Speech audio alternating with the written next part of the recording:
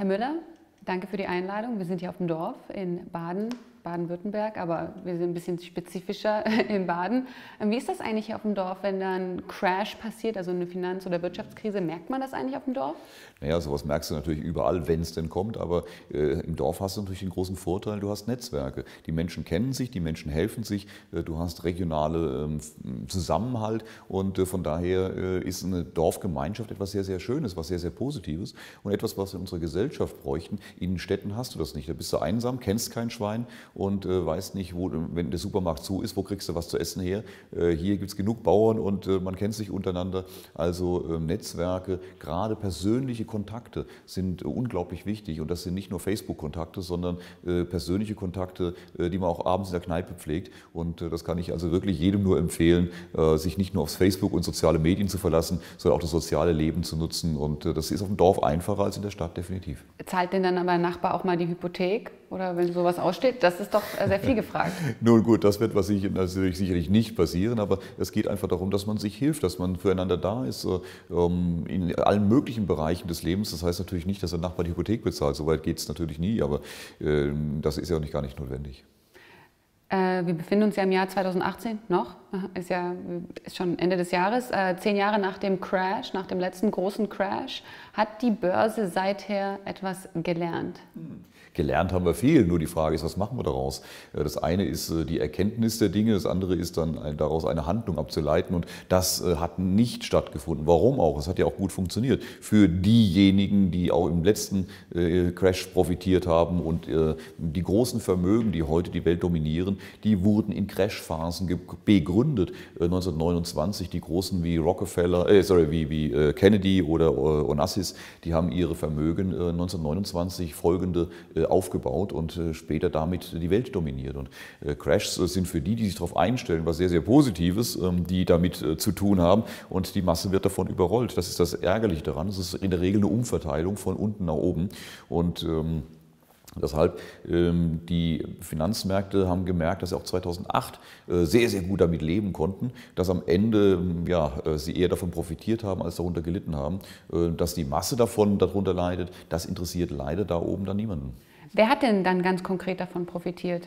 Ja, diejenigen, die sich entsprechend darauf einstellen konnten, die dann ihre Macht erweitern konnten in Form der Banken, die gerettet werden mussten und damit auch die Sicherheit hatten, dass sie künftig auch systemrelevant sind und weiter diese Geschäfte machen können. Es kam kein Bankvorstand deswegen vor Gericht, obwohl sie Milliardenschäden angerichtet haben und ganze Gesellschaften an den Abgrund geführt haben, kam keiner am Ende ins Gefängnis deswegen. Warum bleiben Sie da so vage? Wer sind Sie denn genau, die Leute, die davon profitieren?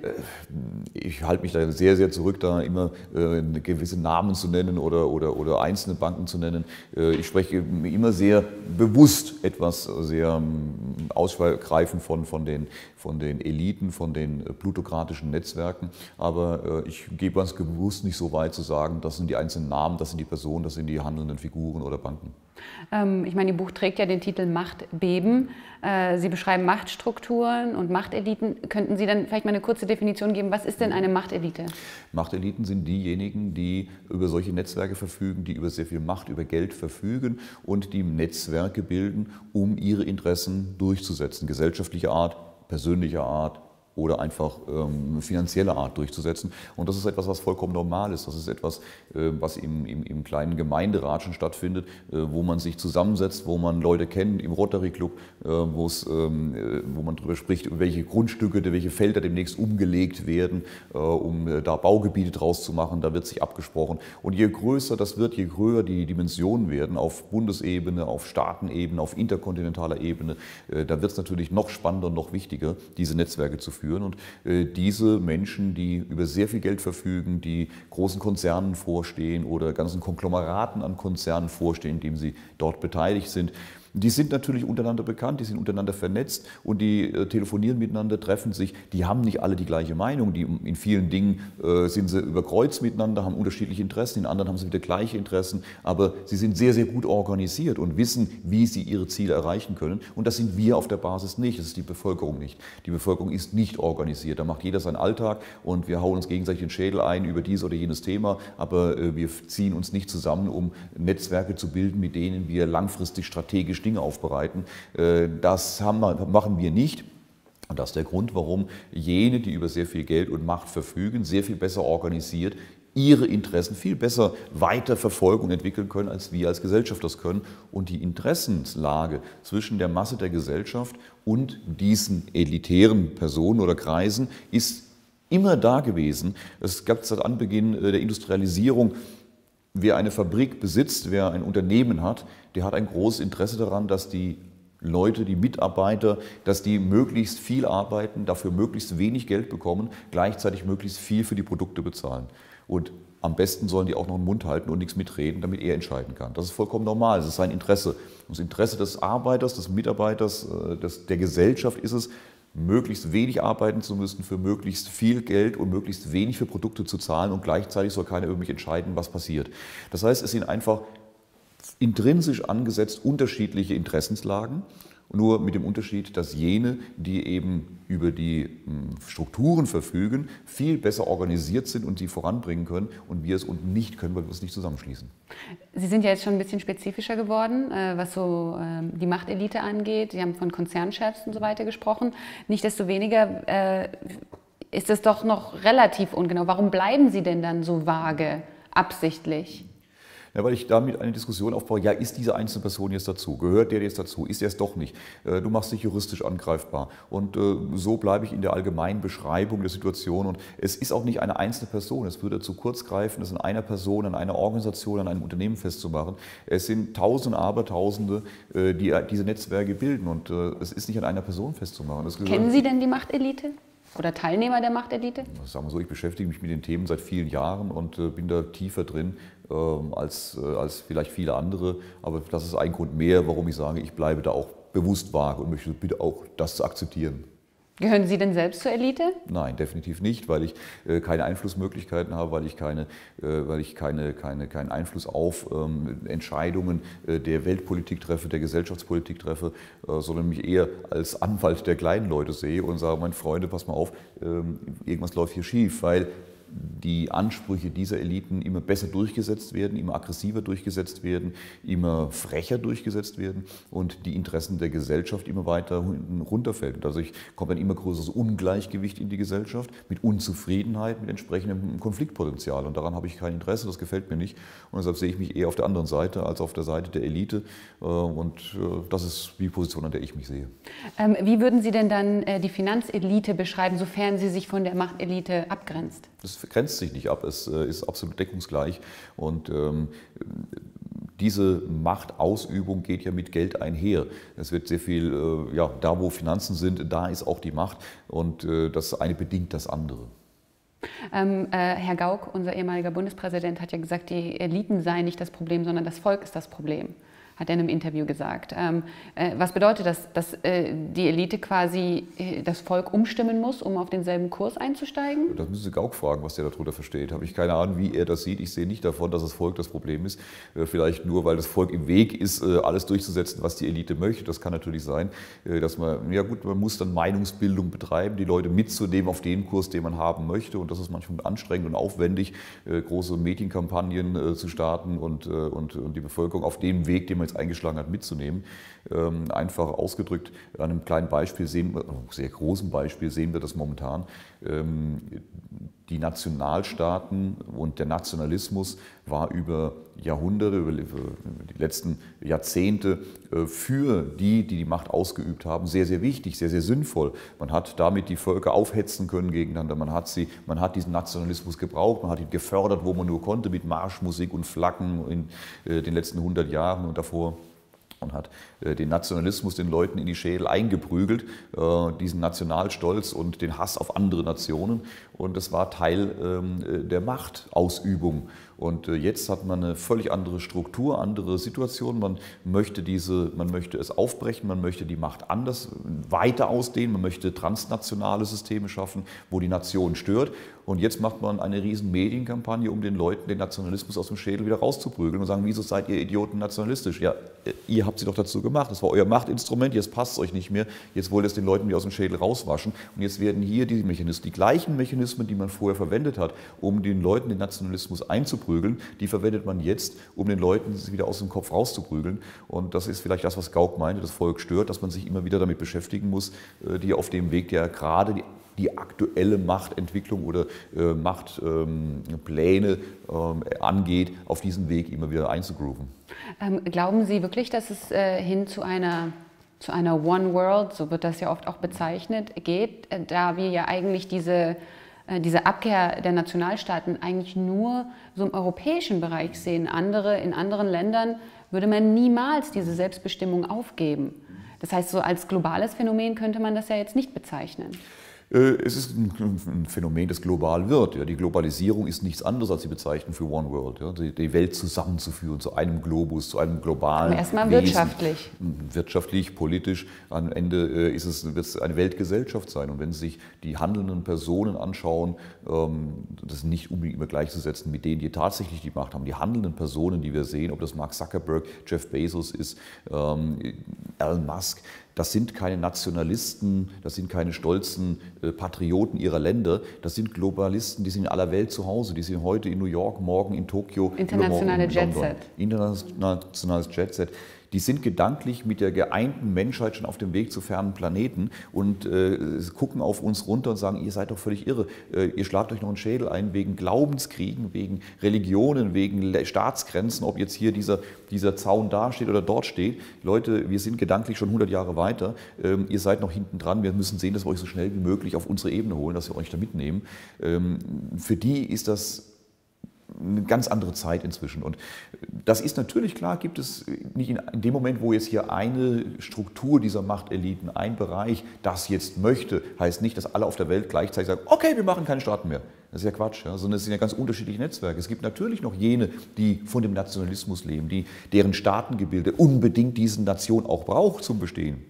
Beispielsweise auch Russland braucht unbedingt diese Nation als Klammer, als unglaublich starken Punkt. Russland würde verschwinden in dieser globalisierten Welt, würde das Staatswesen und diese Machtstrukturen, die in Russland existieren, könnten da nicht mehr existieren. Also für Russland ist das Staatenwesen elementar wichtig und für andere wie China auch in der jetzigen Situation. Und ich meine, das sind doch durchaus auch größere Player geworden, zumindest China.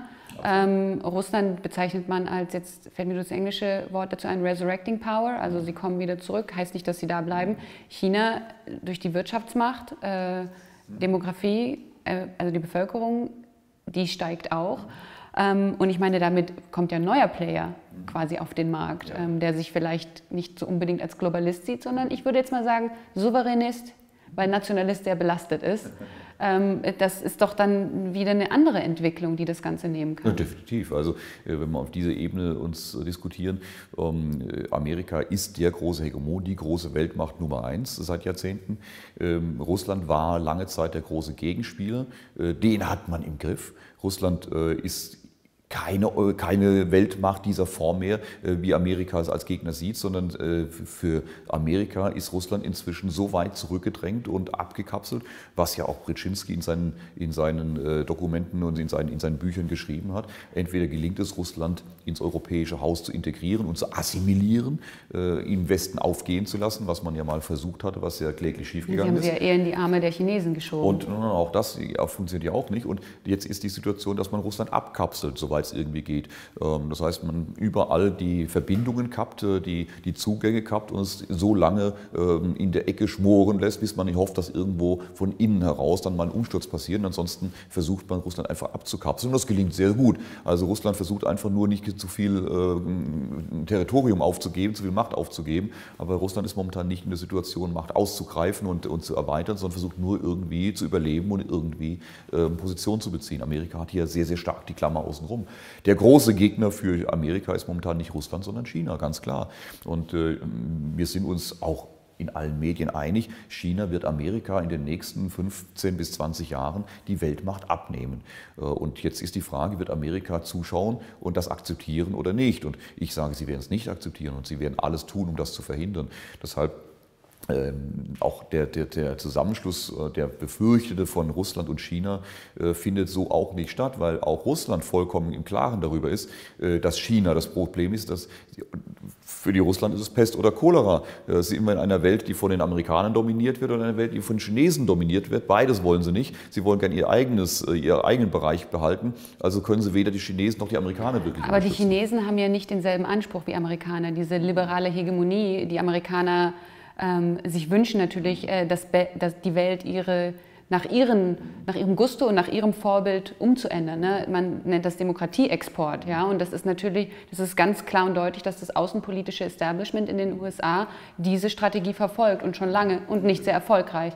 Die Chinesen hingegen sind da sehr viel nationalistischer eingestellt und würden eben nicht rangehen und die Welt nach ihrem Vorbild verändern. Würden Sie meinen, dass das geht? Genau das macht China auch. Sie machen das nur sehr, sehr viel smarter, als die Amerikaner gemacht haben. Die Amerikaner waren dabei sehr cowboyhaft unterwegs. Die Chinesen sind konfuzianisch unterwegs und machen das sehr viel raffinierter und nicht so olber, wie man hier sagen würde. Was heißt das? Wenn China die chinesische Seidenstraßeninitiative vorantreibt, was sie ja tun, den eurasischen Kontinent zusammenzuführen, aber auch den afrikanischen und den südamerikanischen damit einzubeziehen, dann machen sie das nicht mit Militär und 6. Flotte, sondern sie machen das wirtschaftlich. Das bedeutet, sie gehen bilateral zu kleinen Staaten hin, sagen so, Freunde, hier kommt Großchina, wir haben mal mit euch zu reden. Wir bringen euch die modernste Infrastruktur, die ihr auf die nächsten 200 Jahre auf eigenen Wege gar nicht bauen könntet. Dazu bringen wir unser eigenes Geld mit. Ein Teil zahlen wir selbst, den Rest geben wir euch als Darlehen. Wir bauen euch dazu noch ein paar Schulen und Kindergärten. Ihr könnt eure Rohstoffe darüber exportieren. Ihr seid an die moderne Welt angeschlossen und nehmen entsprechend auch Einfluss dann. Das heißt, wir machen das mit unseren eigenen Leuten. China kommt dann mit Hunderttausenden Wanderarbeitern, eigenen chinesischen Arbeitern, die ins Land kommen, die Infrastruktur aufbauen, mit eigenem Stahl und eigenen Rohstoffen aus China und bauen dort auf. Und jetzt, wenn das aufgebaut ist, kommt der nächste Punkt, das, was wir auch in Afrika sehen, was wir in Ostasien bereits sehen. Wenn das aufgebaut ist, die chinesischen Arbeiter gehen auch nicht mehr nach Hause. Die bleiben und die holen ihre Familien nach. Und die Dörfer werden dann plötzlich chinesisch. Da werden die Schriftzeichen umgedreht und plötzlich sind die chinesisch. Wir sehen es im Osten Russlands, wo ganze Landstriche inzwischen Chinesisch sprechen, weil die Chinesen einfach über die Grenze kamen über die gemeinsame Grenze, aber auf russisches Territorium und sind geblieben. Und dort wird jetzt Chinesisch gesprochen. Könnte man als positiver betrachten als eine Militärinvasion? Natürlich. Nichtsdestoweniger, um nochmal zu dem Punkt dann... Verzeihung, wenn ich da nochmal kurz unterbreche.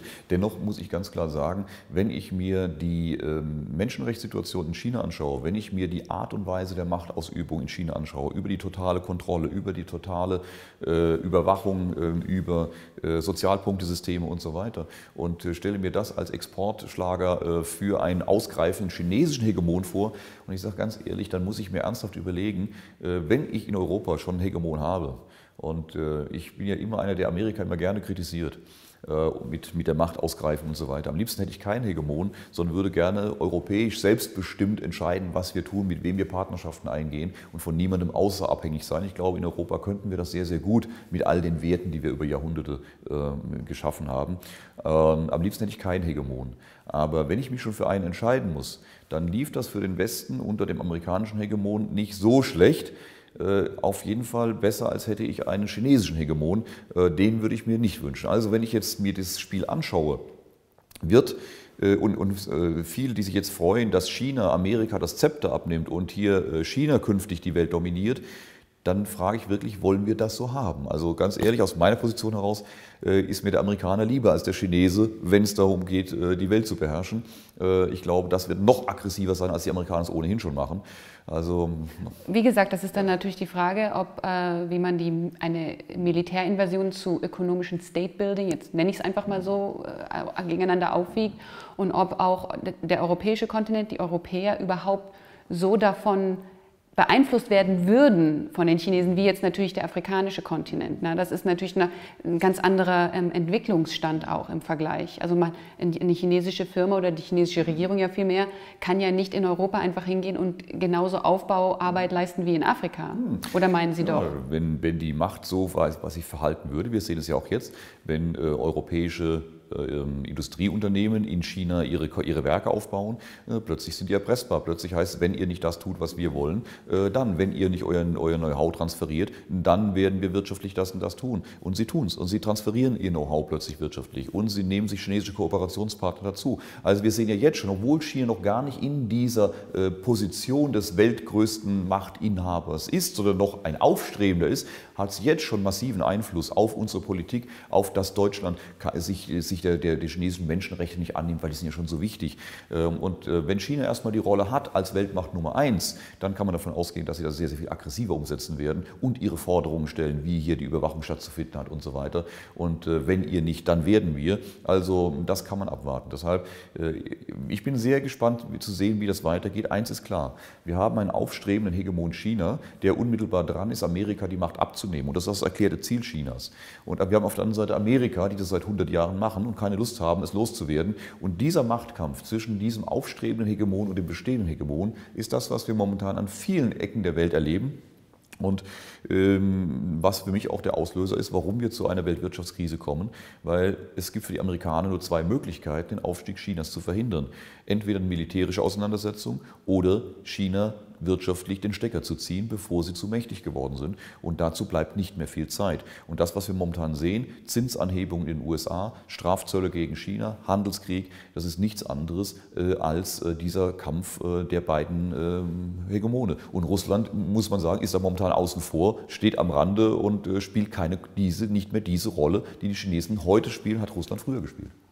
Bevor wir noch vielleicht auf den kommenden Crash, potenziellen Crash eingehen, wollte ich nochmal das Thema so One World quasi abschließen. Wenn Sie jetzt sagen, dass diese zwei Hegemone, ne, die USA und China, ihren Kampf jetzt, ihren Handelskrieg, nennen wir es so, weil ich glaube, zu einer militärischen Auseinandersetzung wird es nicht kommen, gehen wir einfach mal davon aus, dann ist doch diese Theorie der One World überhaupt gar nicht realistisch. Ich meine, es macht keinen Sinn, wenn wir diese zwei Pole haben.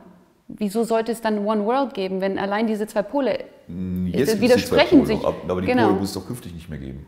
Aber da reden wir doch von... Schauen Sie sich mal an, wir hatten Ende der 80er Jahre hatten wir die ähnliche Situation in Japan. Japan ist damals aufgestiegen, die 10 größten Banken der Welt waren japanische Banken. Japan hat plötzlich eine unglaubliche Dominanz entwickelt und man sprach da vom gleichen Thema. Japan wird Amerika überflügeln, Japan wird an Amerika vorbeiziehen etc. Und dann hat Amerika das getan, was sie auch jetzt wieder tun. Sie haben Japan den Stecker gezogen durch massive Zinsanhebungen, durch Zollanhebungen und haben den Dominoeffekt ausgelöst, den wir auch für China jetzt erwarten. Mit der Konsequenz, dass in Japan die Wirtschaft massiv eingebrochen ist, die Immobilienpreise eingebrochen sind und Japan wurde am Ende ins westliche Haus integriert, einbezogen und ist Teil dieses Hegemonsystems. Wer sagt denn, dass wenn in China eine große Katastrophe, eine wirtschaftliche Katastrophe eintritt und ich glaube, wir können uns nicht ansatzweise ausmalen, was wirklich passiert in China, wenn es dort zu einem Einbruch der Wirtschaft kommt. Dort ist eine Immobilienblase, die jede westliche Vorstellungskraft sprengt und 75% des Vermögens des chinesischen Mittelstandes stecken in diesen Immobilien. Wir können uns ungefähr vorstellen, was da auf der Straße los ist, wenn die plötzlich vor den Trümmern ihrer Existenz stehen. Und in China haben sich Blasen aufgebaut und Fehlentwicklungen aufgebaut, die mit westlichen Maßstäben nicht zu erfassen sind. Und wenn das platzt, wird es in China sehr, sehr heftig zugehen. Und danach wird es in China eine vollkommen neue Ordnung geben. Es wird eine vollkommen neue Systematik geben. Und in dieser Phase China dann eher in die westliche Welt zu integrieren, wird viel einfacher sein als... Also dass man quasi sie aufnimmt. Exakt. Und als Teil davon. Exakt. Und dann trainiert man ja quasi auch diesen Souveränismus ab. Glauben Sie das wirklich? Es ist schwierig vorstellbar, dass ein Land wie China, das wirklich auch auf die Selbstbestimmung auch achtet, zumindest aktuell noch, dass sie das mit sich machen lassen würden. Auch das hätte man sich auch vor Jahrzehnten nicht vorstellen lassen können, dass sich Frankreich seine souveränen Rechte abgibt. Das würde Frankreich nie tun. Und jetzt ist es der französische Präsident, der vorne dran steht und sagt, wir müssen unsere nationalen Rechte abgeben. Das hätte man sich vor 20 Jahren nicht vorstellen können. Also Dinge verändern sich heute sehr, sehr schnell. Im europäischen Raum, da würde ich Ihnen ja auch recht geben, dass wir da näher dran sind an diesen Vereinigten Staaten von Europa, dass diese Idee auch ganz klar von vielen, die diese Entscheidungen auch treffen und durchboxen können, auch gelebt wird und auch gemacht werden will. Ich stelle mir nur es sehr schwer vor, auf der ganzen Welt so eine Das ist nichts, was innerhalb von 10 Jahren passiert. Das ist ein Prozess, der über Jahrzehnte anhält. Und auch jetzt die Entstehung der Vereinigten Staaten von Europa, ein Zusammenspiel Europa, ist ja kein Prozess. Man hat die Idee und ach, das könnte man mal umsetzen und 2 Wochen später hat man das unterschrieben. Das ist ein Prozess, ein gesellschaftlicher Prozess, der einmal angestoßen, Jahrzehnte dauert, bis er umgesetzt wurde. Das, was wir heute erleben in der politischen Diskussion, hat bereits in den 1920er Jahren seinen Ursprung gefunden, hat in den politischen Dokumenten, in den Absichtserklärungen, in den Vordenkerschriften der 20er Jahre seinen Ursprung gefunden, wurde im Zweiten Weltkrieg unterbrochen und dann unmittelbar ab 1948 bis heute kontinuierlich umgesetzt. Und auch die Pläne für ein Zusammenwachsen der Welt, zu einer Gesamtwelt, zu einer One World, sind Jahrzehnte alt und das dauert Generationen, sowas umzusetzen. Das machst du nicht per Knopfdruck, per Fingerzeig. Und das ist etwas, was uns oftmals in der Analyse schwerfällt. Sagen, ja, aber dann müsste doch das und das schon passieren. Ja, das kann doch da und da nicht passieren. Wir übersehen dabei die Langfristigkeit solcher Entwicklungen. Und wenn man sich anschaut, wie lange es dauert, eine App zu programmieren, da ist man ein Jahr beschäftigt, dann kann man sich vorstellen, wie lange es dauert, Gesellschaften zu verändern. Das dauert Jahrzehnte. Und das findet statt. Und auch da in diesen alten Plänen und Denkschriften zu einer gemeinsamen Welt, zu gemeinsamen Welten heißt es auch immer wieder, erst muss Europa vereinigt sein. Und bevor Europa nicht eine Einheit bildet, ein vereinigtes Europa bildet, vorher wird man auch den Rest der Welt nicht da einbeziehen können. Und das ist eine Entwicklung, die dauert Jahrzehnte. Und ob wir das sogar noch erleben, ist die Frage. Aber für mich heißt ja die Frage, wo geht die Reise hin? Was sind die Ziele? Was möchte man erreichen? In welcher Zeitabschnitt das dann passiert, das ist dann nebensächlich. Ein Crash bietet ja damit auch immer wieder eine neue Chance. Also wie Sie jetzt auch gerade meinten, in China kann es womöglich zu einem Crash kommen, den wir uns noch gar nicht ausmalen können, sondern der eher mit 1929 zu vergleichen wäre. Und danach ergibt sich auch mal eine neue Ordnung oder die Dinge ordnen sich anders, nennen wir das doch mal so. Wenn wir jetzt bei dem Thema Crash sind, ja, wir brechen ständig neue Wirtschaftsrekorde, die begünstigen natürlich auch immer wieder einen Crash. Wir leben auch in einem zyklischen Wirtschaftssystem. Ist es denn dann wirklich so prophetisch, ist das ein Wort? Ist das wirklich so prophetisch, einen Crash hervorzusagen? Das ist wirklich prophetisch. Ich weiß auch gar nicht, wo das immer herkommt, dass man da was Besonderes sieht oder es ist vollkommen normal, es ist Teil unseres Wirtschaftssystems. Unser Wirtschaftssystem lebt von Boom und Bust. Das war schon immer so. Rezession und Rückgang, also Rezession und Aufbruch waren immer miteinander verbunden. Man hat einerseits die Phasen, in der sehr billiges Geld vorhanden ist, in der Risikobereitschaft da ist, durchaus billige Geld, in dem Aufschwung da ist und man kann was riskieren, man kann neue Firmen probieren, man kann Wachstum starten und einfach Dinge ausprobieren. Und dann sind wir die Phasen, in denen das zu weit gegangen ist, in denen es eine Rezession gibt, in denen dann aber auch wie in einem Herbststurm das morsche Geäst aus den Bäumen geholt wird, die kaputten Bäume umgekippt werden, die nicht funktionieren, sodass wieder Platz geschaffen wird für Neues. Und das sind die Zyklen, die wir in unserer Wirtschaft immer haben. Nur seit Jahren versuchen wir diese Rezessionen, die notwendig und wichtig sind, nicht zuzulassen, was dazu führt, dass immer mehr Fehlstrukturen, morsches Material sich ansammelt. Und wenn es dann doch mal unweigerlich zu einem Crash kommt, weil sonst dieser morsche Wald gar nicht mehr überleben kann, und es kommt zu einem Crash, zu einem Wintersturm, dann wird es einfach besonders heftig, weil viel morsches Geäst runterkommt. Aber das ist auch normal und notwendig, um eben auch den Platz zu schaffen für wieder neue Themen, die dann danach kommen können. Aber wenn in Ihrer Sprache jetzt zu bleiben, morsches Geäst kommt runter, aber es wird ja auch immer dafür gesorgt, dass dieses morsche Geäst auch an den Bäumen bleibt. Also denken wir an die Bankenrettung, die stattgefunden hat, mit mehreren 100 Milliarden Euro Steuerzahlergeld. Ja? Also dann ist dieses reinigende Gewitter ja überhaupt gar nicht, also hat gar nicht stattgefunden. Exakt, das ist genau der Punkt. Und wir haben auch in China jetzt über 20 Jahre auch diesen Aufschwung und in einem wahnsinnigen Tempo mit unvorstellbaren Fehlentwicklungen und faulen Bäumen, die da rumstehen, die nie bereinigt wurden. Das ist noch nie eine Bereinigung gegeben und die ist zwingend notwendig. Auch für China ist das notwendig. Wir haben dort eine Unternehmensverschuldung, die jetzt bei etwa 180% der Wirtschaftsleistung steht. Nur zum Vergleich dazu, die amerikanischen Unternehmen sind mit 67% der Wirtschaftsleistung verschuldet, mit dem Unterschied, dass die in der Regel hochprofitabel sind und die chinesischen Unternehmen zu großem Teil Schulden machen bzw. Verluste machen und sich mit immer neuen Schulden ihre Verluste in die Zukunft strecken. Dass das nicht funktionieren kann, ist uns klar. Das heißt, es ist zwingend notwendig, dass hier eine Bereinigung stattfindet, auch im Sinne einer funktionierenden chinesischen Wirtschaft. Nur man hat jetzt so viel Müll aufbauen lassen, dass, wenn es kracht, wird es halt sehr, sehr heftig. Das hätte man viel früher zulassen müssen, viel früher bereinigen zulassen müssen, Unternehmen, die nicht funktionieren, pleite gehen lassen, dafür neue gründen lassen. Das hat man nicht getan. Man hat man in Europa auch nicht gemacht, ne? Bitte? Hat man in Europa ja auch nicht gemacht. Nein, absolut. Weil man es nicht mehr möchte. Man mochte keine Rezession, das ist immer schlecht für die Wahlen und für die Wirtschaft. Man hat gedacht, das ist, naja, wir verdienen damit Geld und die Banken verdienen damit Geld, das muss erhalten bleiben. Wir wollen kein Jahr, in dem wir mal weniger verdienen.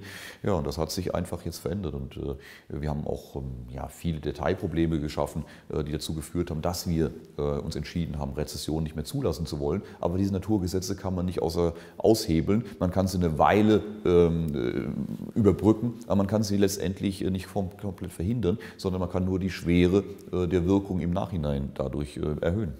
Im World Economic Forum gab es einen Artikel und da ging es auch darum, dass der kommende Crash womöglich eher dem aus dem Jahr 1929 gleichen würde und dass damit auch die Kriegsgefahr sich erhöhen würde. Würden Sie dem zustimmen? Ja, das ist klar. In dem Moment, wo es besonders starke wirtschaftliche Verwerfungen gibt, wird es natürlich auch entsprechende Verteilungskämpfe geben. Und ob die immer nur wirtschaftlich stattfinden oder ob die auch militärische Komponenten beinhalten, das wird die Zukunft zeigen. Ich hoffe, dass es nicht der Fall ist, aber die Hoffnung ist es auch schon. Also die realistische Einschätzung ist es nicht. Ich glaube schon, dass es, wenn es zu einem solchen weltweiten Crash gibt, wobei, ich sage mal, 1929 ist natürlich sehr heiß. Ich sage, meine Aussage ist, das, was wir erleben, wird schlimmer sein als das, was wir 2008 gesehen haben. Und 2008 sind die Märkte in Deutschland beispielsweise um 50% eingebrochen.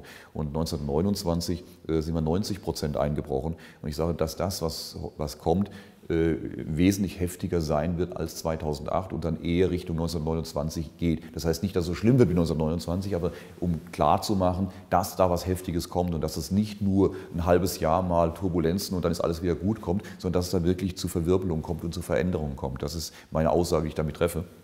Und die kann durchaus sehr, sehr viele Komponenten beinhalten. Das wird, wenn wir uns vorstellen, wie wir es momentan in Europa haben, wie wir es in Deutschland haben, durch die Migration haben wir sehr, sehr große Spannungen in der Gesellschaft momentan ohnehin.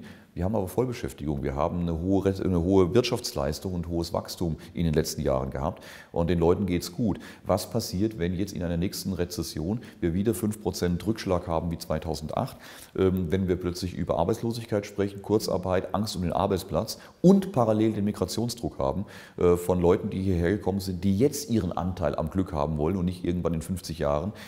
Das bedeutet, wir bekommen dann nochmal extreme Spannungen auch in die Gesellschaft hinein und das ist etwas, was ganz Europa angeht, aber natürlich auch viele andere Staaten. Wir sehen jetzt schon in Südamerika, dass sich die Menschen auf den Weg machen nach Nordamerika. Wird das im Rahmen einer Weltwirtschaftskrise weniger werden? Eher nicht. Und das heißt, die Probleme, die wir momentan haben, werden sich durch eine Weltwirtschaftskrise dramatisch potenzieren, verschärfen.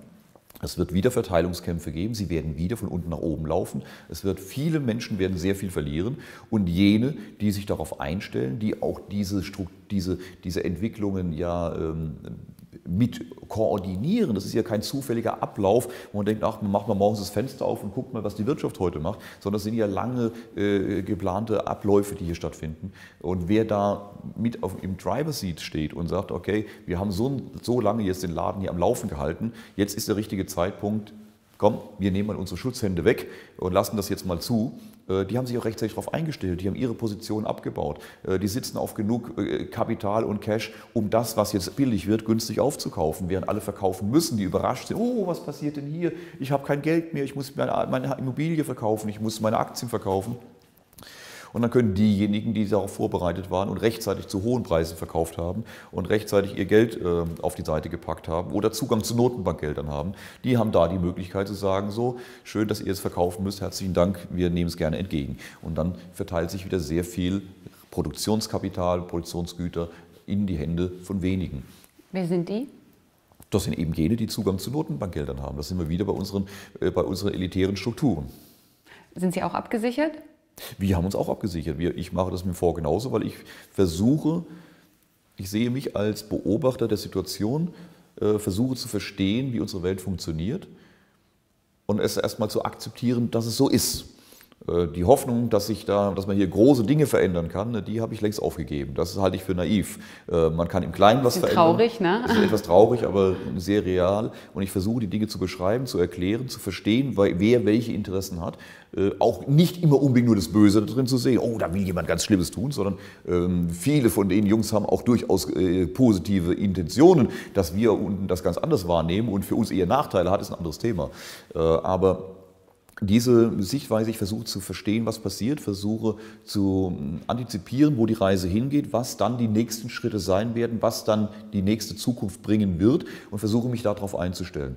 Also ich sage, was werden die Jungs tun, wenn die Situation eintritt und wie kann ich das ähnlich tun, wie kann ich mich selbst dafür absichern, wie kann ich mein Umfeld dafür absichern, wie kann ich die Leute, die mir zuhören, wie kann ich denen die Chance geben, nicht überrannt zu werden, nicht zu denen zu gehören, die am Ende alles verlieren, sondern hier durch diese Situation möglichst gut durchzukommen.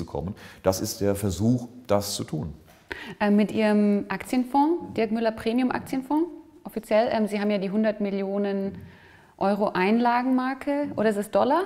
Euro. Das ist ein Euro geknackt. Sie gehören auch zu den einem der erfolgreichsten Fonds in Deutschland. Ist das Deutschland oder dann europaweit? Das ist für Deutschland. In Deutschland. Ich habe mal nachgeguckt. Und zwar, wenn man jetzt zum Beispiel Ihren Fonds, und Sie können mich gerne korrigieren, wenn ich jetzt hier voll auf dem falschen Dampfer bin, jetzt zum Beispiel mit dem Dow Jones vergleicht, dann hat ja Dow Jones in einem ähnlichen Zeitraum, also seit 2015, ist ja um 30% oder so gestiegen. Warum sollte man dann in Ihren Fonds investieren, wenn man ja in den Dow Jones investieren könnte und man hätte da ja schon 30% Gewinn gemacht? Und bei Ihnen, wie viel Prozent sind das? Ja, darf man das vergleichen? Nee, man kann es aus mehreren Gründen nicht vergleichen. Zum einen, der Vergleichsindex ist der MSCI World Value. Also das heißt, ein Korb von internationalen Aktien, da sind sehr, sehr viele amerikanische Aktien mit dabei und das ebenfalls in Euro umgerechnet. Also so, dass es auch vergleichbar ist, weil der Anleger hier investiert ja auch in Euro und bekommt auch in Euro ausgezahlt. Das heißt, man muss die Währung auch mit rein kalkulieren. Würden Sie den DAX zum Beispiel nehmen, der DAX hat in der Zeit etwa 8% verloren und wir sind im Plus mit 2,5% auf die Gesamtlaufzeit. Aber interessant ist es, was ich versuche, ist die Risiken rauszunehmen. Das heißt, wir sind in kritischen Situationen vollkommen abgesichert. So wie momentan haben wir eine 100% Absicherung. Die Märkte können einbrechen, uns brennt nichts an. Wir schwanken auch mal 1, 2, 3% hoch und runter, je nachdem, ob sie unsere Aktien besser oder schlechter als der Gesamtmarkt entwickeln. Aber wenn der Markt einbricht, verlieren wir dabei nicht viel. Wenn der Markt 50% verliert, kann es sogar sein, dass wir leicht steigen. Wir sind abgesichert und das ist das große Thema. Wer im Dow Jones investiert war oder im MSCI World Value Index investiert war, über einen ETF beispielsweise, hat das volle 100%ige Verlustrisiko. Das hat er bei uns nicht. Bei uns weiß er, okay, ein bisschen Schwankung ist immer drin, aber ich bin safe nach unten. Aber 30% Gewinn? Ja, Moment, nicht 30%. Wer beispielsweise in diesen Vergleichsindex investiert hat, in Euro, was er ja nur machen kann, investiert hat, der hat hat jeden Monat die gleiche Summe investiert. Der hat per heute etwa die gleiche Rendite, als hätte er bei uns in den Fonds investiert. Trotz aller Gebühren, trotz aller Managementgebühren und so weiter. Die gleiche Rendite mit dem Unterschied, in dem ETF auf den Gesamtindex hat er jederzeit das 100%ige Risiko gehabt und bei uns nicht. Und das ist etwas, was für die Leute, die sagen, okay, ich glaube, da kommt was Heftiges, ich glaube, da kommt ein Risiko, für die ist dieser Fonds richtig geeignet. Wer sagt, ach, das ist alles Quatsch, ich glaube, das steigt jetzt doch die nächsten 10 Jahre weiter an. Der findet andere Produkte, der findet Dinge, die steil gehen, die volles Risiko gehen und kann das machen und hat ein paar Prozent mehr Rendite, ganz wahrscheinlich sogar, aber hat eben auch das Risiko, wenn es einbricht, ist die Kohle weg. Und die Leute, die bei mir investiert sind, die sagen, ich habe zu hart gearbeitet für mein Geld, ich habe mein eigenes Geld in meinem Fonds drin, deshalb habe ich ihn aufgelegt, damit ich mein eigenes Geld so verwalten kann, weil das kannst du als Einzelperson auch nicht machen. Ist es krisensicher dann bei Ihnen? Für mich aus meiner Sicht ja. Wie gesagt, wir sind in die aus meiner Sicht besten Unternehmen der Welt investiert, die die stabilsten Bilanzen haben, wenig Verschuldung, hohe Zukunftsfähigkeit etc. pp., die auch nach jeder Krise noch die Welt in ihrem Bereich weiter dominieren und haben die, wie gesagt, in jetziger Situation voll abgesichert. Das bedeutet, wir bekommen, wenn es runtergeht, jeden Abend die Verluste, die die Aktien machen, ausbezahlt in Cash und können dieses Geld sofort wieder einsetzen, um die jetzt billigeren Aktien nachzukaufen, ohne dass wir insgesamt Vermögen verlieren. Wir bekommen ja jeden Abend den Schaden bezahlt und kaufen nach und versichern das wieder. Das heißt, das Gesamtvolumen bleibt gleich, nur das Aktienkorb wird nach unten immer größer. Und irgendwann ist die Krise durch. Und wir haben immer noch nichts verloren. Und jetzt geht es nach oben, wir können die Absicherung auch auflösen, weil wenn es mal um 50-60% gefallen ist, dann kannst du auch anfangen, die Absicherungen mal aufzulösen, weil du brauchst dann irgendwann nicht mehr. Und wenn es dann nach oben geht, dann geht eben dieser ganze Korb nach oben, dann reichen leichte Aufwärtsbewegungen, um sehr, sehr viel Geld zu verdienen. Das heißt, die anderen müssen dann erstmal sich wieder verdoppeln, damit sie überhaupt wieder auf Null sind. Da haben wir schon ein Vielfaches verdient von dem eingesetzten Kapital. Und deshalb am Ende entscheidend ist für mich, wo steht der Fonds nach 2 Zyklen? Einer kompletten Hosse und einer kompletten Bässe. Das ist die Entscheidung. Also nach einem Crash im Endeffekt? Ja, das muss nicht nur ein Crash sein, das kann auch eine Bässe sein. Das kann auch, was ist das dann? Das heißt einfach, dass einfach ein wirtschaftlicher Abschwung, ein Börsenabschwung stattfindet. Das ist nicht immer ein Crash, das kann einfach nur mal ein paar Jahre rückwärts gehen. Das ist ja kein gottgegebenes Naturgesetz, dass Aktien kontinuierlich immer nur steigen. Das geht ja immer in Wellen hoch und runter. Das hat mit Crash nichts zu tun, sondern es ist auch nur, Crash heißt, wenn es 20% relativ schnell fällt. Aber wenn es auch kontinuierlich mal über einen längeren Zeitraum, über mehrere Jahre fällt, auch das ist eine Bässe, das ist in den Börsen nicht ungewöhnlich. Aber es ist sehr, sehr einfach, in steigenden Märkten viel Geld zu verdienen. Ich gehe maximales Risiko, bin der Held, habe 30% plus und sage, was bin ich, ein großer Kerl. Und dann geht es runter und ich verliere 50% und sage ich, ja. Aber bis dahin hat man ja gewonnen. So, bitte? Bis dahin hat man ja gewonnen. Klasse. Wenn man vorher rausgeht. Und danach hat man, ja, wenn man vorher rausgeht, das macht ja nur keiner.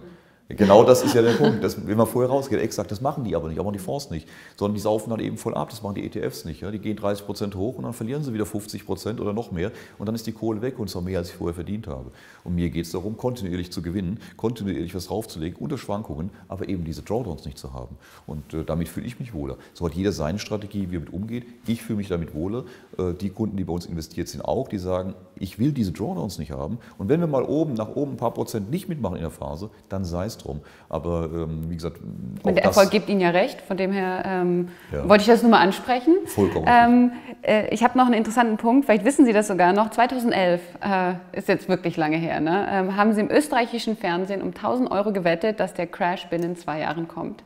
Haben Sie Ihre Wettschulden beglichen? Nein, ich habe nicht gewinnt. Ich weiß auch gar nicht mehr, wann war das? Das war 2011 im ORF, war das. Ich weiß leider nicht, wie diese Runde hieß, aber es ist auch wirklich lange her. Ich dachte nur, ich glaube auch nicht, dass der Mann eingeschlagen hat, von dem her sind es sowieso keine Ehrenschulden. Na gut, deswegen. Aber wie gesagt, sicher kann man doch sagen, also ein Crash wird kommen, wann er kommt, ist wirklich schwierig zu sagen, oder? So. Das kann niemand sagen. Niemand kann sagen, wann ein Crash kommt, niemand kann sagen, wann eine Situation eintritt. Ich vergleiche das immer mit einer Erdbebenspalte oder mit Tektonik, mit Seismologen. Wer Erdbebenforscher ist, der kann genau beschreiben, wie tektonische Plattensysteme funktionieren. Wo sich Scherkräfte, wo sich Reibung ergibt, wo sich Spannungen aufbauen. Und diese Spannungen kann er messen und kann sagen, Achtung, wir haben sehr große Spannungen. Der kann genau beschreiben, wie es unter San Francisco aussieht. Er kann sagen, das sind diese Plattensysteme, das sind die Spannungen, die sind sehr hoch und wir sind schon Jahre über ein großes Beben hinaus, das wir eigentlich erwarten müssen. Aber er kann nicht sagen, in 2 Monaten passiert es oder es dauert noch 50 Jahre. Das weiß niemand. Und hier die gleiche Situation. Ich kann die finanztechnischen Plattensysteme beschreiben, kann beschreiben, was hier passiert. Das tue ich. Wir können die Spannungen messen, die können wir sehr genau messen. Und wir wissen, diese Spannungen sind sehr, sehr hoch. Und wir wissen, dass wir über ein großes Beben längst überfällig ist, dass hier was passieren müsste. Aber niemand kann sagen, wann das kommt. Die Notenbank, wir haben jetzt eine Situation, die sehr gefährlich ist.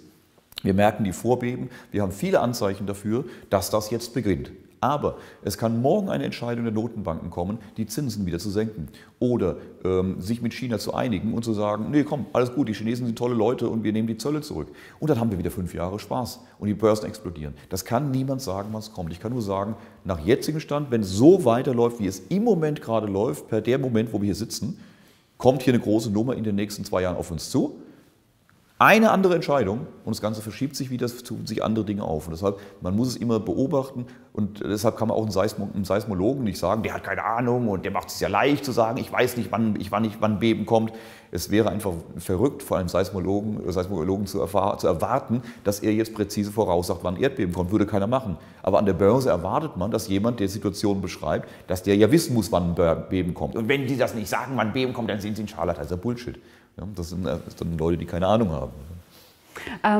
Kommen wir zu einem Thema, das ja aktuell ganz groß in den Medien ist, Cum-Ex. Da macht man Geld mit macht man Geld von Steuerzahlern. Ne? Ist ja eigentlich eine ganz clevere Sache. Haben Sie diese Erkenntnisse überrascht? Wussten Sie darüber, dass es diese... Das ist seit Jahren bekannt und es wurde auch die Regierung darauf hingewiesen und sie haben Jahre gebraucht, um sich auch damit zu beschäftigen, um das anzugehen. Und auch das ist ja wieder so ein Thema, wo ich sage, langsam kommen wir weg von der Plutokratie zur Kleptokratie. Plutokratie heißt die Vorherrschaft derer, die schon über sehr viel Geld und Macht verfügen. Nicht Demokratie, sondern Plutokratie, die da oben entscheiden und das Volk hat wenig zu sagen. Damit kann man ja noch leben, aber wenn das dann noch zur Kleptokratie wird, dass die sich einfach ungeniert bedienen können und ohne Rücksicht auf Verluste zugreifen können und sich die Taschen stopfen können, dann sind wir in der Kleptokratie, wo man sich einfach bedient. Und diese Cum-Ex-Geschichten ist ein absolutes, typisches Beispiel zu einer Kleptokratie, wo man sagt, okay, die schon Geld haben, die über Einfluss verfügen, können sich schamlos am Volksvermögen, an dem, was die Menschen erarbeiten, bedienen und die Politik schützt sie dabei sogar noch und lässt sie ihr Geschäft machen. Ich gehe davon aus, dass Sie daran nicht verdient haben. Definitiv. Ja. Was ist aber so verwerflich daran, ein Schlupfloch zu nutzen, von dem der Staat ja sogar wusste und der Staat hat ja die Banken auch dieses Loch vermeintlich stopfen lassen? Also warum soll man sich dann daran nicht bedienen? Weil ich es eine ethische Frechheit halte, das zu tun. Und nur weil es eine Möglichkeit gibt, warum soll ich darf einen Mord begehen, nur weil es keiner merkt oder weil ich weiß, ich werde nicht erwischt. Das Hier geht es ja um Geld. Ja, wo ist der Unterschied? Am Ende geht es um Existenzen von Menschen, es geht um Gesellschaften, es geht um Gerechtigkeiten. Und das ist das, was einen auch so wahnsinnig wütend macht. Weil diese Jungs haben die Möglichkeit, alle möglichen Schlupflöcher sich selbst zu schaffen und dann auch noch aber der Staat wusste ja Bescheid. Und der Staat, wer hat den Einfluss auf den Staat? Der Bürger doch nicht, Sie doch nicht, ich doch nicht, hier der Gärtner da draußen doch nicht, die haben doch keinen Einfluss auf den Staat. Es sind diese Banken, die den Einfluss auf den Staat haben, die die Gesetze vorschreiben. Wie oft haben wir denn, wo die Bundesregierung Gesetzestexte direkt von den Banken vorgeschrieben bekommen hat, die sie dann übernommen haben, als Gesetzesvorlage eingebracht haben. Ja, und wenn dann die Berater, die Lobbyisten der Banken irgendeinem Abgeordneten dieses Gesetz vorlegen und sagen, und der versteht überhaupt nicht, was er da macht und der unterschreibt das. Und die anderen heben die Hand, weil sie überhaupt nicht wissen, um was es geht, weil sie gar keine Zeit haben, sich damit auseinanderzusetzen und es zu komplex ist und denken, naja, die werden schon wissen, was sie da tun. Ja, und dann haben wir das Steuerschlupfloch und dann sagen, ja, müssen wir mal dran gehen. Und dann kommt der Lobbyist, der sagt, nee, ist alles in Ordnung, es hat alles eine Ordentlichkeit und dann geht es wieder weiter. Das hat einfach keine Fairness, das ist einfach eine Sauerei, die da passiert und das passiert an vielen Stellen und hier ist es einfach mal exemplarisch, wo es jetzt mal hochgepoppt ist. Und, da kann 32 Milliarden Euro, darum ging es. Es ist wahrscheinlich mehr, aber und hier kommt der Bäckermeister kommt ins Gefängnis, wenn er irgendwo seine Registrierkasse nicht ordentlich geführt hat und da wird zugegriffen, da gibt es der kann sich kein Steuerschlupfloch suchen und selbst wenn er sich mal eins sucht, dann wird er da auch noch hops genommen. Da greift man zu und da, wo es um die großen Gelder geht, ist doch easy, kein Problem, was sind denn 30 Milliarden? Müsst ihr halt ein bisschen länger arbeiten. Das ist euer Problem, nicht unseres. Das ist die Frage, verstehe ich offenkundig nicht ganz, wo das Problem wäre. 32 Milliarden Euro, wie gesagt. Der Steuerzahler hat, wir haben es ja schon angesprochen, bei der Bankenrettung über 200 Milliarden gezahlt. Das ist scheinbar in Ordnung? Nein, das ist auch nicht in Ordnung. Das ist genau das, was ich meine, dass es eben diese Ungerechtigkeit ist, dass da, wo die Macht ist, wo das Geld ist, die können sich sehr, sehr viel mehr erlauben und können sich bedienen und machen sich die Gesetze passend, damit sie weiter zugreifen können. Und unten werden die Möglichkeiten immer wieder eingeschränkt und wird dafür gesorgt, dass wir in der breiten Massebasis immer mehr davon abgeben müssen, immer weniger davon haben. Prekäre Beschäftigungsverhältnisse werden immer mehr etc. Und diese Ungerechtigkeiten dieser Gesellschaft, die sind das große Problem auch für die Zukunft. Und da müssen sich die Eliten auch sehr große Gedanken drüber machen, ob sie sich im Klaren sind, was sie da gerade tun. Es war schon seit Jahrzehnten so, dass wir keine Basisdemokratie haben, wo die Masse entschieden hat, was passiert. Es war schon immer so, dass wir eine Plutokratie haben, wo die über sehr viel Macht, Einfluss, Geld verfügen, entschieden hat, wo die Reise hingeht. Solange die eine vernünftige Basis hergestellt haben, eine Balance hergestellt haben zwischen den Interessen der beiden Gruppierungen, war das noch halbwegs akzeptabel. Die Medien haben auch einen sehr großen Kontrolleinfluss gehabt auf diese Situation und haben immer wieder angeprangert, wenn Politiker über die Stränge geschlagen haben, wenn Konzerne zu große Sauereien gemacht haben, haben dann den Mob mobilisiert, haben einen Sturm der Entrüstung entfacht, der sich über Wochen gehalten hat, der dazu geführt hat, dass Unternehmen ihre Praktiken geändert haben oder Dinge erst gar nicht gemacht haben, dass Politiker zurückgetreten sind, dass sie also auch vorsichtig waren, ob sie sich alles erlauben können. So. Das findet heute immer weniger statt. Die Medien werden zunehmend nicht mehr zum Kontrollorgan der Mächtigen, sondern zu deren Sprachorgan.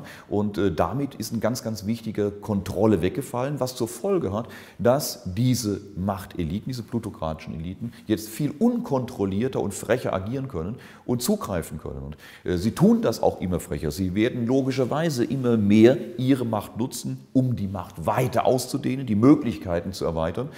Und das geht zu Lasten der Gesellschaft, die das auch merken, dass das hier gegen sie geht, dass sie immer größere Schere auseinandergeht.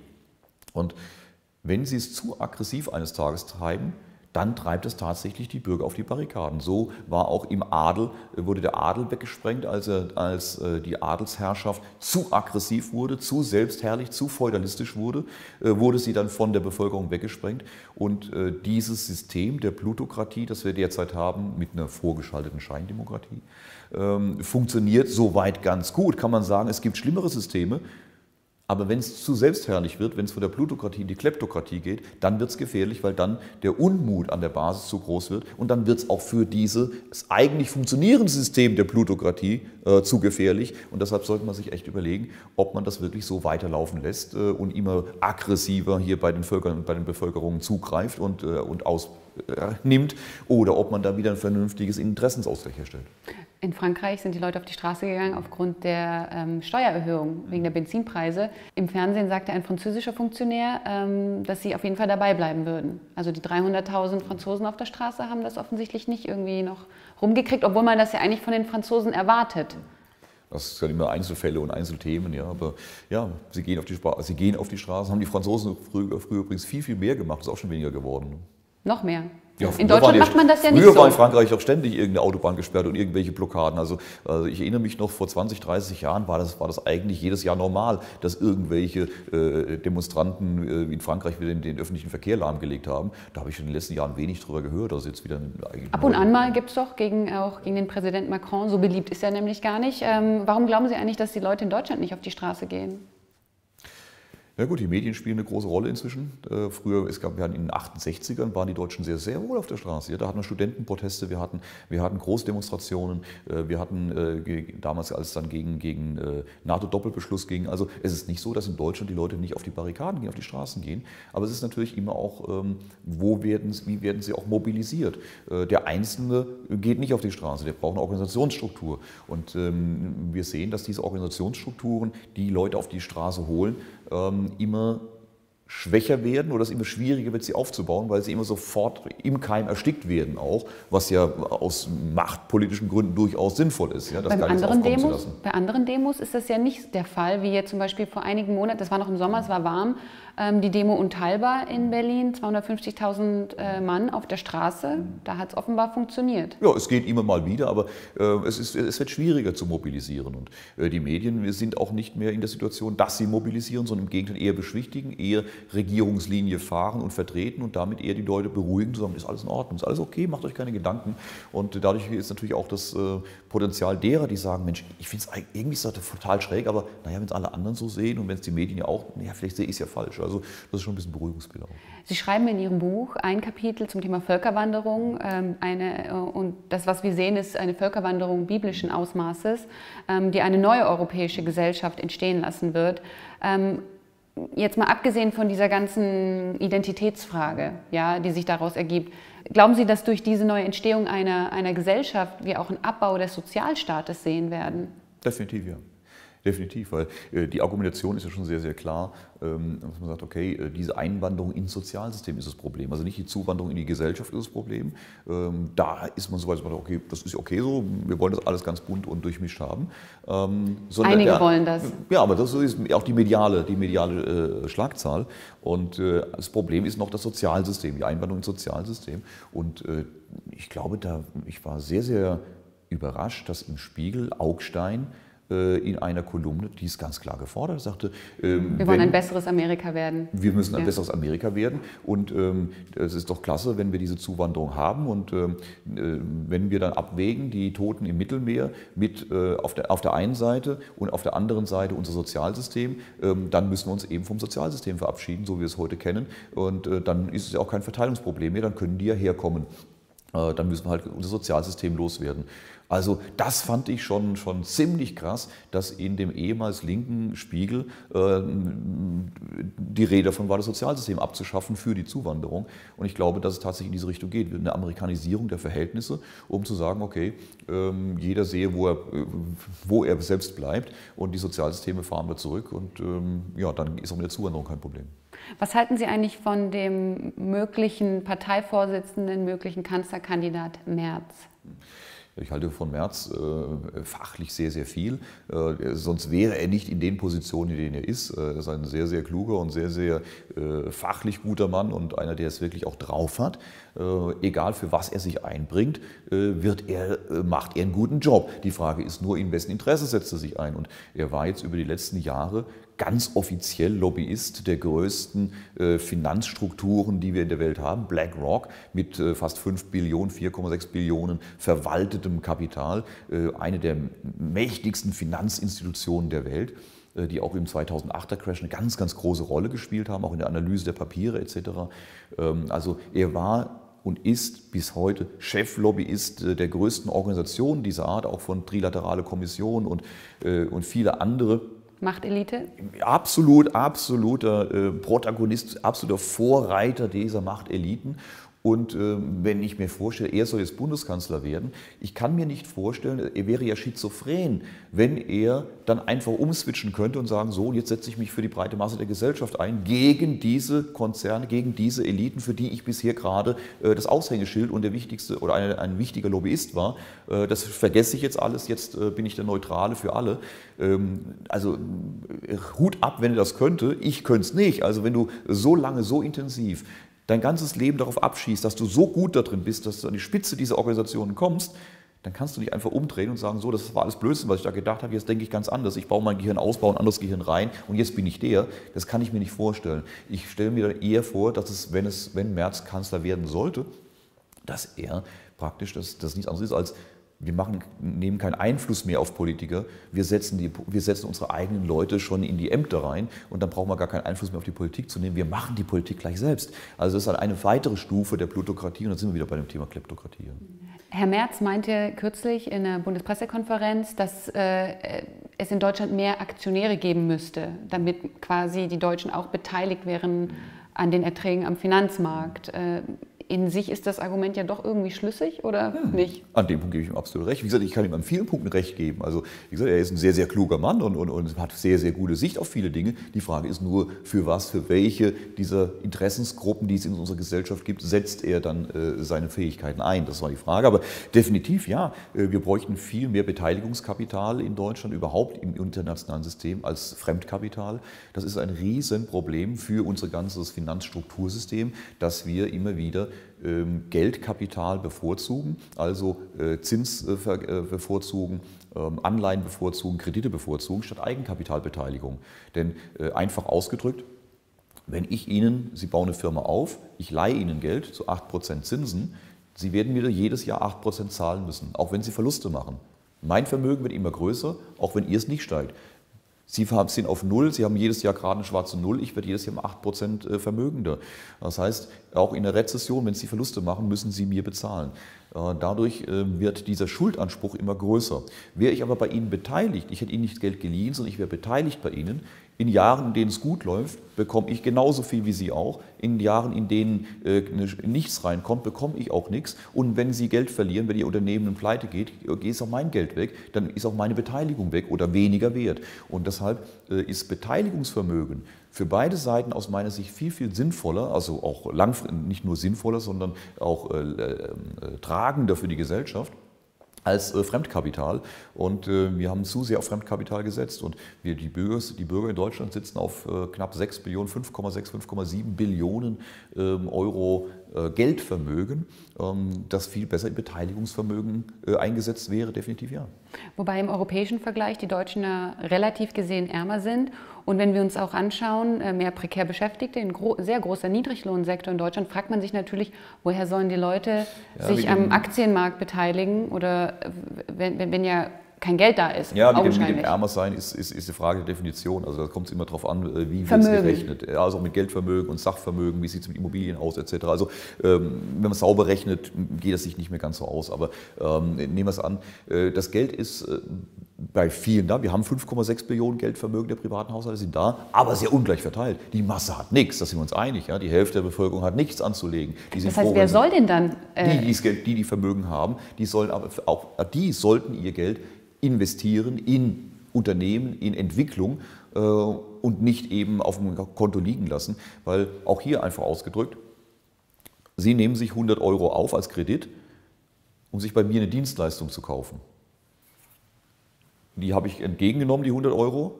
Würde ich jetzt sofort von Ihnen auch eine Dienstleistung kaufen, gebe Ihnen die zurück, können Sie Ihre Schulden zurückbezahlen und es ist zweimal Wirtschaftswachstum entstanden. Da ich das aber nicht tue, sondern mein Geld auf die Bank lege und sage, ach, warte mal auf später, irgendwann mal, haben Sie A, keine Möglichkeit, es zurückzuverdienen, außer er nimmt einen Kredit auf. Und zum Zweiten ist nur einmal Wirtschaftsleistung entstanden. Das heißt, dieses Speichermedium, Geld, das hier zur Seite gelegt wurde, ist ein Problem. Das heißt, wir müssen sehen, dass wir möglichst wenig Geld auf der hohen Kante haben, sondern es im Umlauf haben, dass es gleich wieder ausgegeben wird, entweder indem ich es konsumiere oder indem ich investiere. Und hier wäre viel geholfen, wenn wir die Menschen dazu bringen könnten, ihr Geld auszugeben, sei es, indem sie sich irgendwo beteiligen, an neuen Unternehmen, an neuen Ideen beteiligen oder von mir aus es auch ausgeben. Aber das Geld, das rumliegt und sich weiter verzinst, ist ein Problem für die Gesellschaft und für unsere Finanzsysteme. Ich meine, die Deutschen geben ja gern Geld aus, das ist jetzt kurz vor Weihnachten. Jedes Jahr werden irgendwie mehr Ausgaben für Weihnachtsgeschenke verbucht. Also die Deutschen geben schon gerne Geld aus. Nicht unbedingt am Kapitalmarkt vielleicht, aber in der Eastside Mall in Berlin. Konsumtives Ausgeben ist dann auch immer wenig sinnvoll. Ja? Und wenn man noch dazu Kredite aufnimmt, um dann das zu konsumieren, und dann ist es vollkommen egal, ob man das als Privatmann macht oder als Staat macht, ist das Dümmste, was man tun kann, Geld für Konsum auszugeben, also Kredite aufzunehmen und für Konsum auszugeben. Aber leider ist es heute zur Norm geworden. Ja. Um nochmal das abzuschließen, Sie würden jetzt nicht dem zustimmen, dass quasi Deutschland das Armenhaus in Europa ist? Definitiv nicht, nein. Aber was richtig ist, dass wir eine extreme Ungleichheit haben. Wir haben extrem viele Millionen, ich glaube es sind über 7 Millionen prekäre Beschäftigungsverhältnisse und Leute, die von ihrer Arbeit nicht leben können, die noch Aufstockung brauchen. Und das ist ein Skandal in einem solch reichen, erfolgreichen Land, wie wir es haben, dass wir nicht in der Lage sind, die Systeme fair zu gestalten. Und das ist das, wo wir wieder als Gesellschaft hinkommen müssen. Wir kommen von dem Begriff soziale Marktwirtschaft, und das ist etwas, was ich sehr, sehr vertrete, allerdings in meiner Lesart, dass das Wort Sozial- und Marktwirtschaft gleich groß geschrieben ist. Das bedeutet für mich, dass die Interessen der Bürger, der Gesellschaft gleichgewichtet sind mit den Interessen derer, die über das Kapital verfügen. Ich bleibe bei dem Begriff der plutokratischen Eliten, die durchaus gerne ihr Geschäft machen dürfen, die durchaus auch gerne die Politik bestimmen dürfen. Vielleicht ist es tatsächlich so, dass ein Siemens-Vorstand, der einen Konzern aufgebaut hat oder auf die Spitze gekommen ist, einen größeren Überblick über die Dinge hat und einen Weitblick auf gesellschaftliche Veränderungen hat, als jemand, der mit einer Flasche Bier vorm Fernseher sitzt und Playstation spielt. Möglicherweise ist diese Sichtweise durchaus okay, aber das geht nur dann, wenn die diese Macht haben und diesen Weitblick haben, ihn nicht nur zu den eigenen Zwecken missbrauchen, sondern ihn auch zum Sinne der Gesellschaft einsetzen, natürlich ihr Eigeninteresse im Blick haben, aber auch das Wohl der Gemeinschaft im Blick haben. Und solange die Balance hergestellt ist, kann man mit der Struktur leben, kann man sagen, okay, Macht entscheidet, aber vergesst die da unten nicht. Und das ist das, was gerade passiert, dass die immer mehr vergessen werden, immer mehr nur noch der Fokus auf die eigenen Interessen da oben gerichtet ist. Und das führt genau zu diesen Unterschieden, dass eben viele nicht mehr daran teilhaben, dass sie abgehängt werden, obwohl es insgesamt sehr, sehr gut gehen würde, aber eben diese Umverteilung nach oben immer aggressiver vorgenommen wird. Und hier müssen wir ansetzen und diese Elite muss unbedingt auch im eigenen Interesse daran ansetzen, wenn sie die Strukturen erhalten will, dass hier wieder eine vernünftige Normalität eintritt. Also die Krümel müssen größer sein, die vom Kuchen abfallen. Oder ist das gemein gesagt? Es ist gemein gesagt, es trifft aber den Kern, wobei ich nicht von den Krümeln spreche, sondern vernünftigen Verteilung des Kuchens. Und da sind es eben nicht nur Krümel, sondern da sind es eben 2 Hälften eines Kuchens, die verteilt werden müssen. Und die sollen möglichst fair verteilt werden. Und es war schon immer so, dass derjenige, der eine Firma aufbaut und führt, mehr verdient als seine Mitarbeiter. Aber ist er mit dem 10, 12, 15-fachen nicht auch gut bedient? Muss es das 500-fache sein? Zum Abschluss wollte ich noch mal nachhaken bei dem Thema Medien. Sie sind ja grundsätzlich ein bisschen kritischer eingestellt, hat man jetzt auch in diesem Gespräch gehört. Und vor einigen Wochen, wenn nicht sogar Monate, ich weiß nicht mehr genau wann das war, hatten Sie eine interessante Begegnung mit einem Radioredakteur.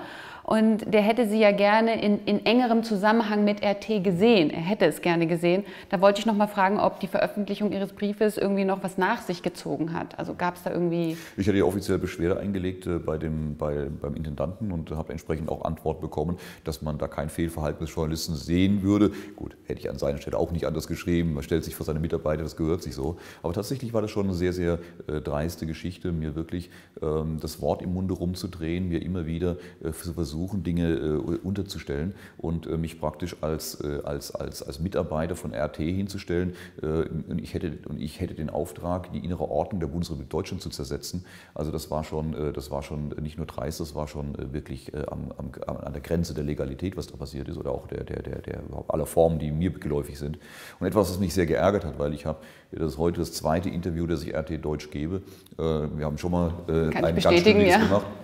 Und ich habe es jahrelang abgelehnt. Und warum habe ich es abgelehnt? Weil ich damals RT noch nicht einschätzen konnte. Und ich bin vorsichtig, wenn neue Medien kommen, wenn neue Seiten kommen, ist es heute viel Blödsinn unterwegs. Und dann guckt man erstmal, was machen die denn? Und ich habe bei RT, einfach dann über die Jahre gesehen, dass es etwas ist, wo ich auch kein Problem habe, meine Sichtweise darzustellen.